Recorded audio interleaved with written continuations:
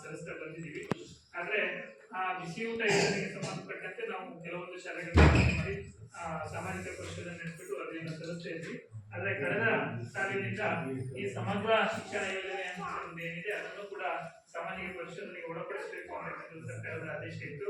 ಹಾಗಾಗಿ ಕಳೆದ ಬಾರಿ ಒಂದು 20% ಅಷ್ಟು ಶಾಲೆಗಳನ್ನ ಆಯ್ಕೆ ಮಾಡಿಕೊಂಡು ಸಾಮಾಜಿಕ ಪರಿಶೋಧನೆ ನಾವು ವರದಿಯನ್ನು ಈಗಾಗಲೇ ಸಲ್ಲಿಸಿದ್ದೀವಿ. ಹಾಗೆ ಈ ಸಾರಿಗೂ ಕೂಡ ನಾವು ಒಂದು ಪಂಚಾಯತಿಗೆ 2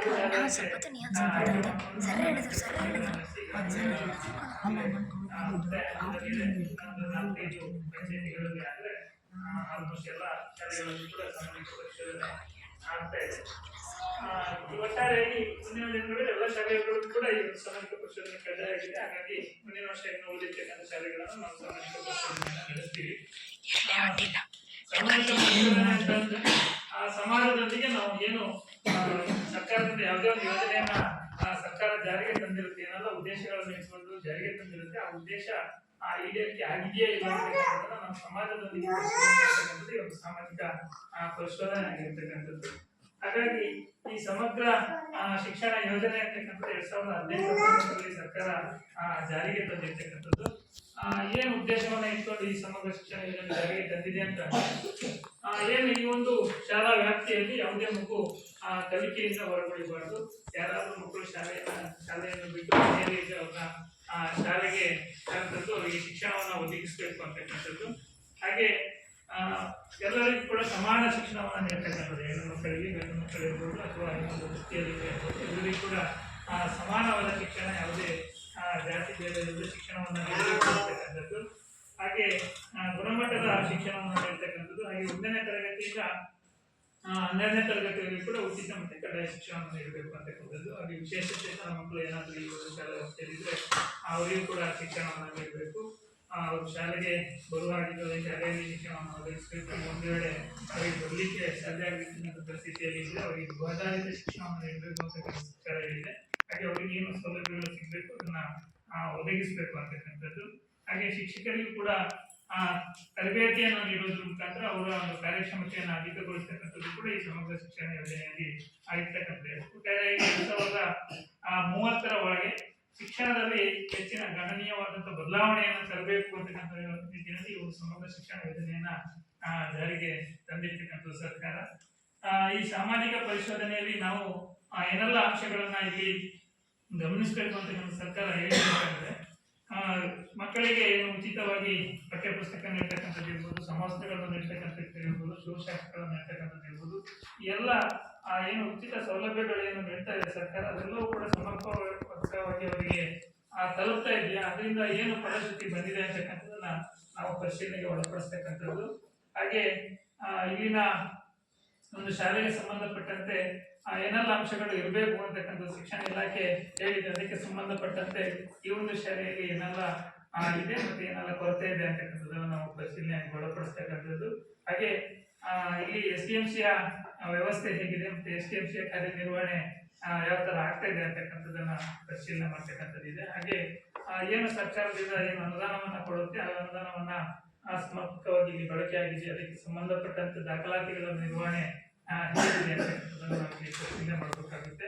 ಹಾಗೆ ಶಿಕ್ಷಕರಿಗೆ ಸಂಬಂಧಪಟ್ಟಂತೆ ಅವರ ಕಾರ್ಯನಿರ್ವಹಣೆ ಹೇಗಿದೆ, ಅವರ ಏನು ಏನೆಲ್ಲ ಅವರು ಈ ಒಂದು ಶಾಲೆಯಲ್ಲಿ ಅವರ ಪಾತ್ರ ಏನಿದೆ ಅದು ಸರಿಯಾಗಿ ಜವಾಬ್ದಾರಿಯುತವಾಗಿ ಅವ್ರದ್ದು ನಿರ್ವಹಣೆ ಆಗ್ತಾ ಇದೆ ಇಲ್ಲ ಅಂತಕ್ಕಂಥದ್ದನ್ನ ನಾವು ಪರಿಶೀಲನೆಗೆ ಒಳಪಡಿಸಬೇಕಾಗುತ್ತೆ. ಹಾಗೆ ಮಕ್ಕಳ ಶಿಕ್ಷಣದಲ್ಲಿ ಗುಣಮಟ್ಟ ಹೇಗಿದೆ ಅಂತಕ್ಕಂಥದ್ದನ್ನು ಮಕ್ಕಳೊಂದಿಗೆ ಚರ್ಚೆಯನ್ನ ಮಾಡಿ ಅವರೊಂದಿಗೆ ನಾವು ಪರಿಶೀಲನೆ ಮಾಡ್ತಕ್ಕಂಥದ್ದಿದೆ. ಒಟ್ಟಾರೆಯಾಗಿ ಒಟ್ಟು 134 ಅಂಶಗಳನ್ನ ಸರ್ಕಾರದಿಂದ ನಮಗೆ ಕೇಳಿರ್ತಕ್ಕಂಥದ್ದು ವರದಿಯನ್ನ. ಅದಕ್ಕೆ ಸಂಬಂಧಪಟ್ಟಂತೆ ನಾವು ಎಲ್ಲ ವಿಷಯಗಳನ್ನ ಇಲ್ಲಿ ಒಂದು ನೋಡೋದ್ರ ಮುಖಾಂತರ ವರದಿಯನ್ನು ಸಿದ್ಧಪಡಿಸಿ ಸಾಮಾಜಿಕ ಪರಿಶೋಧನೆ ಆಗಿರೋದ್ರಿಂದ ನಾವು ಯಾವುದೇ ವರದಿ ಎಲ್ಲ ಆಡಿಟ್ಗಳನ್ನು ನೀವು ನೋಡಿರ್ಬೋದು, ಏನು ಪರಿಶೀಲನೆ ಮಾಡ್ತೀವಿ ವರದಿಯನ್ನು ಸರ್ಕಾರಕ್ಕೆ ನೇರವಾಗಿ ಕೊಡ್ತಕ್ಕಂಥ ವ್ಯವಸ್ಥೆ. ಅಂದ್ರೆ ಈ ಒಂದು ಆಡಿಟ್ ವ್ಯವಸ್ಥೆಯಲ್ಲಿ ನಾವು ನೇರವಾಗಿ ಯಾವುದೇ ರಿಪೋರ್ಟ್ ಅನ್ನ ಹಾಗೆ ಕೊಡ್ತಕ್ಕಂಥದ್ದು ಇರಲ್ಲ. ನಾವು ಏನು ಪರಿಶೀಲನೆ ಮಾಡ್ತೀವಿ ಏನೇ ಅಂಶಗಳು ಕಂಡು ಬಂದಿರ್ಬೋದು, ಉತ್ತಮ ಅಂಶ ಇರ್ಬೋದು ಅಥವಾ ಲೋಪದೋಷ ಇರ್ಬೋದು, ಏನೇ ಕಂಡು ಬಂದಿದ್ರು ಕೂಡ ಅದನ್ನ ಒಂದು ಸಭೆಯನ್ನ ಕರೆದ್ಬಿಟ್ಟು ಸಭೆಯ ಮುಂದೆ ಎಲ್ಲವನ್ನು ತಿಳಿಸ್ತಕ್ಕಂಥದ್ದು, ತಿಳಿಸಿ ಸಾರ್ವಜನಿಕವಾಗಿ ಚರ್ಚೆ ಮಾಡಿ ನಾವು ಸರ್ಕಾರಕ್ಕೆ ವರದಿಯನ್ನ ಸಲ್ಲಿಸಬೇಕಾಗುತ್ತೆ. ಹಾಗಾಗಿ 2-3 ದಿನದಿಂದ ನಾವೇನು ಪರಿಶೀಲನೆ ಮಾಡಿದ್ವಿ, ನಮ್ಗೆ ಏನೆಲ್ಲ ಅಂಶಗಳು ಕಂಡು ಬಂದಿದೆ ಎಲ್ಲ ಅಂಶಗಳನ್ನ ತಮ್ಮ ಮುಂದೆ ಇಡ್ತೀವಿ. ಈ ಒಂದು ಕಾರ್ಯಕ್ರಮ ನಾವು ಅತ್ಯಂತ ಪಾರದರ್ಶಕವಾಗಿ ಮಾಡಬೇಕಾಗಿರೋದ್ರಿಂದ ನಾವು ಯೂಟ್ಯೂಬ್ ಲೈವ್ ಅಲ್ಲಿ ಈ ಕಾರ್ಯಕ್ರಮವನ್ನು ಮಾಡಬೇಕಾಗಿತ್ತು. ಅಂದ್ರೆ ಇಲ್ಲಿ ನಮಗೆ ತಾಂತ್ರಿಕ ಸಮಸ್ಯೆ ಇರೋದ್ರಿಂದ ನಾವು ವಿಡಿಯೋನ ಮಾಡ್ಕೊಂತಿದ್ದೀವಿ, ಅದನ್ನ ಮಾಡ್ಬೋದು. ಹಾಗಾಗಿ ಎಲ್ಲರೂ ಕೂಡ ಇಲ್ಲಿ ಮುಕ್ತವಾಗಿ ಚರ್ಚೆ ಮಾಡಲಿಕ್ಕೆ ಅವಕಾಶ ಇದೆ. ಎಲ್ಲ ವಿಷಯಗಳ ಕುರಿತು ನೀವು ಇಲ್ಲಿ ಚರ್ಚೆ ಮಾಡ್ಬೋದು. ಒಟ್ಟಾರೆಯಾಗಿ ಏನು ಸರ್ಕಾರದ ವ್ಯವಸ್ಥೆಯಲ್ಲಿ ಸಾಮಾಜಿಕ ಪರಿಶೋಧನೆ ಅಂತಕ್ಕಂಥದ್ದು ಎಲ್ಲ ಒಂದು ಯೋಜನೆಗಳಿಗೂ ಕೂಡ ತರ್ತಾ ಇದೆ. ಯಾಕಂದ್ರೆ ಯಾವುದೇ ಒಂದು ಹೆಚ್ಚಿನ ಅವ್ಯವಹಾರಗಳಿರ್ಬೋದು ಅಥವಾ ಯಾವುದೇ ದುರುಪಯೋಗಗಳು ಹೆಚ್ಚು ಸಾಮಾಜಿಕ ಪರಿಶೋಧನೆಗೆ ಬಂದಾಗ ಅದು ಕಡಿಮೆ ಆಗ್ತಾ ಹೋಗುತ್ತೆ ಅಂತಕ್ಕಂಥದ್ದು. ಹಾಗಾಗಿ ಎಲ್ಲ ಇಲಾಖೆಗಳಲ್ಲಿ ಕೂಡ ಈ ಸಾಮಾಜಿಕ ಪರಿಶೋಧನೆ ಮುಂದಿನ ದಿನಗಳಲ್ಲಿ ಬರುತ್ತೆ. ಈಗಾಗಲೇ ನಾವು ಸುಮಾರಷ್ಟು ಇಲಾಖೆಯ ತರಬೇತಿಗಳನ್ನು ಕೂಡ ಪಡ್ಕೊಂಡಿದ್ವಿ, ಮತ್ತೆ ಮಾಡ್ತಾ ಇದ್ದೀವಿ ಕೂಡ. ಹಾಗಾಗಿ ಈ ಸಾಮಾಜಿಕ ಪರಿಶೋಧನೆಯಲ್ಲಿ ನಾವು ಏನು ವರದಿಯನ್ನ ಮಾಡ್ತೀವಿ, ಏನು ಲೋಪದೋಷಗಳು ಕಂಡು ಬಂದಿರುತ್ತೆ, ಅದನ್ನೆಲ್ಲವೂ ಕೂಡ ಸಮಾಜದ ಮುಂದೆ ನೇರವಾಗಿ ಹೇಳೋದ್ರಿಂದ ಅಲ್ಲಿ ಲೋಪದೋಷಗಳು ಕಡಿಮೆ ಆಗ್ತಾ ಹೋಗುತ್ತೆ. ಯಾರಾದ್ರೂ ತಪ್ಪು ಮಾಡೋದ್ರ ಬೇಕಾದ್ರೆ ಏನಾದ್ರು ದಂಡ ಕಟ್ಟೋದ್ರಿಂದ ಅವರೇ ಕಟ್ಬಿಡ್ತಾರೆ. ಆದ್ರೆ ಸಮಾಜದ ಮುಂದೆ ಅದು ಬರುತ್ತೆ ಅಂದಾಗ ಆ ಥರದ ಲೋಪದೋಷಗಳು ಕಡಿಮೆ ಆಗ್ತಾ ಹೋಗುತ್ತೆ. ಹಾಗಾಗಿ ಸಾಮಾಜಿಕ ಪರಿಶೋಧನೆಗೆ ಸರ್ಕಾರ ಹೆಚ್ಚಿನ ಒತ್ತನ್ನು ಕೊಡ್ತಾ ಇದೆ. ಹಾಗಾಗಿ ತಾವೆಲ್ಲರೂ ಕೂಡ ಶಾಲೆಗಳಲ್ಲಿ ಅಂತ ದುರುಪಯೋಗ ಪ್ರಕರಣಗಳೇನು ಬರಲ್ಲ. ಹಾಗಾಗಿ ಇಲ್ಲಿ ಈ ವಿಷಯಕ್ಕೆ ಸಂಬಂಧಪಟ್ಟಂತೆ ತಾವೆಲ್ಲರೂ ಕೂಡ ಚರ್ಚೆಯಲ್ಲಿ ಭಾಗವಹಿಸಿ ಅಂತ ಹೇಳ್ತಾ ನನಗೆ ಪ್ರಾಸ್ತಾವಿಕವಾಗಿ ಮಾತಾಡಲಿಕ್ಕೆ ಅವಕಾಶ ಕೊಟ್ಟಿಗೆ ತಮ್ಮೆಲ್ಲರಿಗೂ ಒಂದು ಮಾತಾಡ್ತೀನಿ.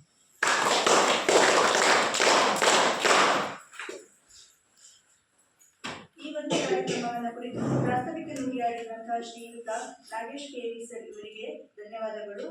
ಈಗ ವರದಿ ಮಂಡನೆ ಮಾಡಲಿದ್ದಾರೆ ಗ್ರಾಮ ಸಂಪನ್ಮೂಲ ವ್ಯಕ್ತಿಗಳಾದ ಶ್ರೀಯುತ ST ದೇವೇಂದ್ರ ಸರ್.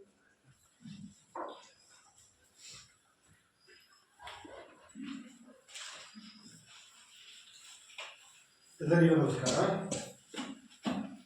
ಸಮಗ್ರ ಶಿಕ್ಷಣ ಯೋಜನೆ ಶಿಕ್ಷಣ ಇಲಾಖೆ ಒಂದು ಮಹತ್ವಾಕಾಂಕ್ಷಿ ಯೋಜನೆ. ಇದು ಎಲ್ಲ ಸರ್ಕಾರಿ ಶಾಲೆಗಳಲ್ಲಿ ಈ ಸಮಗ್ರ ಶಿಕ್ಷಣ ಯೋಜನೆ 2018-19ರಿಂದ ಜಾರಿಗೆ ಬಂದಿರತಕ್ಕಂಥದ್ದು.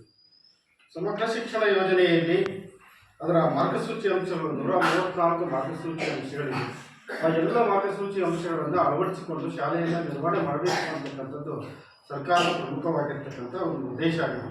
ಆ ಎಲ್ಲ 134 ಮಾರ್ಗಸೂಚಿ ಅಂಶಗಳನ್ನು ಅಳವಡಿಸಿಕೊಂಡು ಶಾಲೆಯನ್ನು ನಿರ್ವಹಿಸಿದಲ್ಲಿ ಒಂದು ಉತ್ತಮವಾಗಿರ್ತಕ್ಕಂಥ ಪರಿಣಾಮಕಾರಿಯಾಗಿರ್ತಕ್ಕಂಥ ಗುಣಮಟ್ಟದ ಶಿಕ್ಷಣ ನೀಡಲಿಕ್ಕೆ ಸಾಧ್ಯತೆ ಇದೆ ಎಂದು ಮನಗಂಡು ಸರ್ಕಾರ ಈ ಸಮಗ್ರ ಶಿಕ್ಷಣ ಯೋಜನೆಯನ್ನು 2018-19ರಿಂದ ಎಲ್ಲ ಸರ್ಕಾರಿ ಶಾಲೆಗಳಲ್ಲಿ ಜಾರಿಗೆ ತಂದಿರತಕ್ಕಂಥದ್ದು. ಅದರಂತೆ ಆ ಎಲ್ಲ ಮಾರ್ಗಸೂಚಿ ಅಂಶಗಳನ್ನು ಅಳವಡಿಸಿಕೊಂಡು ಶಾಲೆ ನಿರ್ವಹಣೆ ಆಗಿದೆಯಾ, ಮಕ್ಕಳಿಗೆ ಗುಣಮಟ್ಟದ ಶಿಕ್ಷಣ ನೀಡುವಲ್ಲಿ ಅದು ಯಶಸ್ವಿ ಆಗಿದೆಯಾ ಅಂತಕ್ಕಂಥದ್ದು ಸರ್ಕಾರಕ್ಕೆ ಗೊತ್ತಾಗಬೇಕಾಗಿದೆ. ಹಾಗಾಗಿ ಈ ಸರ್ಕಾರ ನೇರವಾಗಿ ಬಂದು ಎಲ್ಲ ಶಾಲೆಗಳಲ್ಲಿ ನೋಡ್ಲಿಕ್ಕೆ ಆಗೋದಿಲ್ಲ. ಆಮೇಲೆ ಮೇಲ್ಹಂತದಲ್ಲಿ ಶಿಕ್ಷಣ ಇಲಾಖೆಯ ನಿಯಮಾವಳಿಗಳನ್ನು, ರೂಪುರೇಷೆಗಳನ್ನು ಏನು ತಯಾರು ಮಾಡ್ತಾರೆ, ಅವರು ಬಂದು ಎಲ್ಲ ಶಾಲೆಗಳನ್ನು ನೋಡಿ ಹೇಗೆ ನಿರ್ವಹಣೆ ಆಗ್ತಿದೆ ಅಂತಕ್ಕಂಥದ್ದು ನೋಡ್ಲಿಕ್ಕೆ ಆಗೋದಿಲ್ಲ. ಹಾಗಾಗಿ ಈ ಯೋಜನೆಯ ಎಲ್ಲ ಅಂಶಗಳು ಏನು ನಿರ್ವಹಣೆ ಆಗಿದೆ, ಆ ಎಲ್ಲ ಅಂಶಗಳು ಹೇಗಾಗಿದೆ, ಕೆಲವು ಉತ್ತಮ ಅಂಶಗಳು ನಿರ್ವಹಣೆ ಆಗಿದೆಯಾ ಅಥವಾ ಕೆಲವು ಲೋಪದೋಷಗಳು ಇದೆಯಾ ಅಂತಕ್ಕಂಥದ್ದನ್ನು ಪರಿಶೀಲನೆ ಮಾಡಲಿಕ್ಕೆ ಈ ಸಾಮಾಜಿಕ ಪರಿಶೋಧನೆ ಅಂತ ಪರಿಕಲ್ಪನೆಯನ್ನು ಜಾರಿಗೆ ತಂದು ಅದರ ಮೂಲಕ ತಳ ಹಂತದಲ್ಲಿ ಯಾವ ರೀತಿ ನೈಜವಾದ ವಾಸ್ತವಾಂಶ ವರದಿಯನ್ನು ಸರ್ಕಾರ ತರಿಸ್ಕೊಳ್ಳಲಿಕ್ಕೆ ಈ ಒಂದು ಸಾಮಾಜಿಕ ಪರಿಶೋಧನೆಯನ್ನು ಮಾಡಲಿಕ್ಕೆ ಸರ್ಕಾರದ ಆದೇಶದ ಪ್ರಕಾರ, ಯೋಜನೆಯ ಮಾರ್ಗಸೂಚಿ ಪ್ರಕಾರ, ಸರ್ಕಾರದ ವೇಳಾಪಟ್ಟಿಯಂತೆ ಈ ಶಾಲೆಯಲ್ಲಿ ಕಳೆದ 3 ದಿನಗಳಿಂದ ನಾವು ಮಾಡಿದ್ದೇವೆ. ಅದರಂತೆ ಸಮಗ್ರ ಶಿಕ್ಷಣ ಅಂತ ಹೇಳಿದರೆ ತರಗತಿಗಳಲ್ಲಿ ಪಠ್ಯದಲ್ಲಿ ಬರ್ತಕ್ಕಂಥ ಕಲಿಕೆಗಳು ಮಾತ್ರ ಮಗುವಿನ ಶಿಕ್ಷಣ ಅಲ್ಲ, ಪಠ್ಯೇತರವಾಗಿರ್ತಕ್ಕಂಥ ಕಲಿಕೆಗಳು ಶಿಕ್ಷಣ ಅಂತಕ್ಕಂಥದ್ದು ಈ ಯೋಜನೆಯ ವ್ಯಾಪ್ತಿಗೆ ಬರ್ತದೆ. ಅದರಲ್ಲಿ ಪಠ್ಯೇತರ ಚಟುವಟಿಕೆಗಳು ಅಂತ ಹೇಳಿದರೆ ಕ್ರೀಡಾ ಚಟುವಟಿಕೆಗಳಿರ್ಬೋದು, ಪ್ರತಿಭೆಗೆ ಸಂಬಂಧಪಟ್ಟಿರ್ತಕ್ಕಂಥ ಚಟುವಟಿಕೆಗಳಿರ್ಬೋದು, ವೃತ್ತಿಕೌಶಲ್ಯಕ್ಕೆ ಸಂಬಂಧಪಟ್ಟಿರ್ತಕ್ಕಂಥ ಚಟುವಟಿಕೆಗಳಿರ್ಬೋದು, ವಿಜ್ಞಾನ ಮತ್ತು ತಂತ್ರಜ್ಞಾನ ಒಳಗೊಂಡಿರ್ತಕ್ಕಂಥ ವೈಜ್ಞಾನಿಕ ಮನೋಭಾವನೆಯನ್ನು ಮೂಡಿಸ್ತಕ್ಕಂಥ ಅನೇಕ ಕಲಿಕೆಗಳಿರಬಹುದು. ಇತ್ತೀಚಿನ ದಿನಗಳಲ್ಲಿ ವಿಜ್ಞಾನ ಮತ್ತು ತಂತ್ರಜ್ಞಾನಕ್ಕೆ ಒಂದೆಜ್ಜೆ ಮುಂದೆ ಹೋಗಿ ತಂತ್ರಾಂಶ ಒಳಗೊಂಡಿರ್ತಕ್ಕಂಥ ಡಿಜಿಟಲ್ ಮೂಲಸೌಕರ್ಯಗಳನ್ನು ಶಾಲೆ ಅಳವಡಿಸಿಕೊಂಡು ಅದರ ಮೂಲಕ ತಂತ್ರಾಂಶ ಒಳಗೊಂಡಿರ್ತಕ್ಕಂಥ ಗುಣಮಟ್ಟದ ಕಲಿಕೆಯಲ್ಲಿ ಶಾಲೆಯಲ್ಲಿ ಆಗಬೇಕು ಅಂತಕ್ಕಂಥದ್ದು ಈ ಯೋಜನೆಯ ಮಾರ್ಗಸೂಚಿಯಲ್ಲಿ ತಿಳಿಸ್ತದೆ. ಆ ಎಲ್ಲ ಕಲಿಕೆಗಳಿಂದ ಶಾಲೆಯಲ್ಲಿ ನಿರ್ವಹಣೆ ಮಾಡ್ತಿದೆಯಾ ಇಲ್ವಾ ಅಂತಕ್ಕಂಥದ್ದನ್ನು ಇಲ್ಲಿ ನಾವು ಪರಿಶೀಲನೆಗೆ ಒಳಪಡಿಸಿದ್ದೇವೆ. ಅದರಲ್ಲಿ ಕೆಲವೊಂದು ಉತ್ತಮ ಅಂಶಗಳು ಕಂಡು ಬಂದಿದೆ, ಕೆಲವೊಂದು ಲೋಪದೋಷಗಳು ಕಂಡು ಬಂದಿದೆ. ಏನೇನು ಅಂಶಗಳು ಕಂಡು ಬಂದಿದೆ ಅಂತಕ್ಕಂಥದ್ದನ್ನು ಈಗ ನಾನು ಸಭೆಯ ಮುಂದೆ ಮಂಡಿಸ್ತಾ ಇದ್ದೇನೆ. 2023-24ರಲ್ಲಿ ಇಲ್ಲಿಯವರೆಗೆ 134 ಅಂಶಗಳನ್ನು ನಾವು ಪರಿಶೀಲನೆ ಒಳಪಡಿಸಬೇಕು. 2023-24ನೇ ಸಾಲಿನಲ್ಲಿ ಇಲ್ಲಿ ಒಟ್ಟು 28 ಮಕ್ಕಳು ಕಲಿಕೆಯನ್ನು ಮಾಡ್ತಾ ಇದ್ರು ಈ ಶಾಲೆಯಲ್ಲಿ. 2024-25ರಲ್ಲಿ 33 ಮಕ್ಕಳು ಕಲಿಕೆಯನ್ನು ಮಾಡ್ತಾ ಇದ್ರು. ಪ್ರಸ್ತುತ ಈಗ 25-26ನೇ ಸಾಲಿನಲ್ಲಿ ಒಟ್ಟು 35 ವಿದ್ಯಾರ್ಥಿಗಳು ಕಲಿಕೆಯನ್ನು ಮಾಡ್ತಾ ಇದ್ರು. ಸಾಮಾನ್ಯವಾಗಿ ವರ್ಷದಿಂದ ವರ್ಷಕ್ಕೆ ಈ ಶಾಲೆಯಲ್ಲಿ ಮಕ್ಕಳ ಸಂಖ್ಯೆ ಒಂದು ಸ್ವಲ್ಪ ಜಾಸ್ತಿ ಆಗ್ತಾ ಇದೆ. ಸಾಮಾನ್ಯವಾಗಿ ನಾವು ಹೊಸನಗರ ತಾಲೂಕಿನ ಎಲ್ಲ ಶಾಲೆಗಳಲ್ಲಿ ಕೆಲವೊಂದು 80%ಕ್ಕಿಂತ ಹೆಚ್ಚಿನ ಶಾಲೆಗಳಲ್ಲಿ ಮಕ್ಕಳ ಸಂಖ್ಯೆ ಈಗ ಸರ್ಕಾರಿ ಶಾಲೆಗಳಲ್ಲಿ ಕಡಿಮೆ ಆಗ್ತಾ ಇದೆ. ಈ ಶಾಲೆಯಲ್ಲಿ ವರ್ಷದಿಂದ ವರ್ಷಕ್ಕೆ ಸ್ವಲ್ಪ ಜಾಸ್ತಿ ಆಗಿರ್ತಕ್ಕಂಥದ್ದು ಕಂಡು ಬರ್ತಾ ಇದೆ. ಇನ್ನು ಎಲ್ಲ ಈ ಪೋಷಕರಾಗಲಿ, ಗ್ರಾಮಸ್ಥರಾಗಲಿ, ಸ್ಥಳೀಯರು ಎಲ್ಲರೂ ಸರ್ಕಾರಿ ಶಾಲೆಗೆ ಹೆಚ್ಚಿನ ಆದ್ಯತೆಯನ್ನು ನೀಡಿ ಇಲ್ಲಿ, ಏಕೆಂದರೆ ಈ ಒಂದು ಯೋಜನೆಯ ಪ್ರಕಾರ ಎಲ್ಲ ಮೂಲಭೂತ ಸೌಕರ್ಯಗಳನ್ನು ಪಡ್ಕೊಂಡು ಒಂದು ಗುಣಮಟ್ಟದ ಶಿಕ್ಷಣ ನೀಡಲಿಕ್ಕೆ ಸಾಧ್ಯತೆ ಇದೆ. ಹಾಗಾಗಿ ಇನ್ನು ಮುಂದಿನ ದಿನಗಳಲ್ಲಿ ಇನ್ನೂ ಮಕ್ಕಳ ಸಂಖ್ಯೆಯನ್ನು ಹೆಚ್ಚಿಸಿಕೊಂಡು ಗುಣಮಟ್ಟದ ಶಿಕ್ಷಣ ನೀಡಲಿಕ್ಕೆ ತಮ್ಮೆಲ್ಲರ ಸಹಕಾರ ಅಗತ್ಯ ಇದೆ ಅಂತ ತಿಳಿಸ್ತಾ 2023-24ನೇ ಸಾಲಿನಲ್ಲಿ ಕೆಲವು ಶಾಲೆಯ ನಿರ್ವಹಣೆಗೆ ಸರ್ಕಾರದಿಂದ ಕೆಲವೊಂದು ಅನುದಾನಗಳನ್ನು ನೀಡ್ತದೆ. ಅದು ಹೇಗೆ ಬಳಸ್ಕೊಂಡಿದೆ ಶಾಲೆ ಅಂತಕ್ಕಂಥದ್ದನ್ನು ನಾವು ಪರಿಶೋಧನೆಗೆ ಒಳಪಡಿಸಬೇಕಾಗ್ತದೆ. 23-24ನೇ ಆ ಒಂದು ವರ್ಷದಲ್ಲಿ ಶಾಲಾ ಅನುದಾನ ಅಂತಕ್ಕಂಥದ್ದು 23,750 ರೂಪಾಯಿಯಾಗಿದೆ. ಆಮೇಲೆ ಕುಡಿಯುವ ನೀರು ಮತ್ತು ಸ್ವಚ್ಛತೆಗೆ ಅದಕ್ಕೆ 10,511 ರೂಪಾಯಿಯಾಗಿದೆ.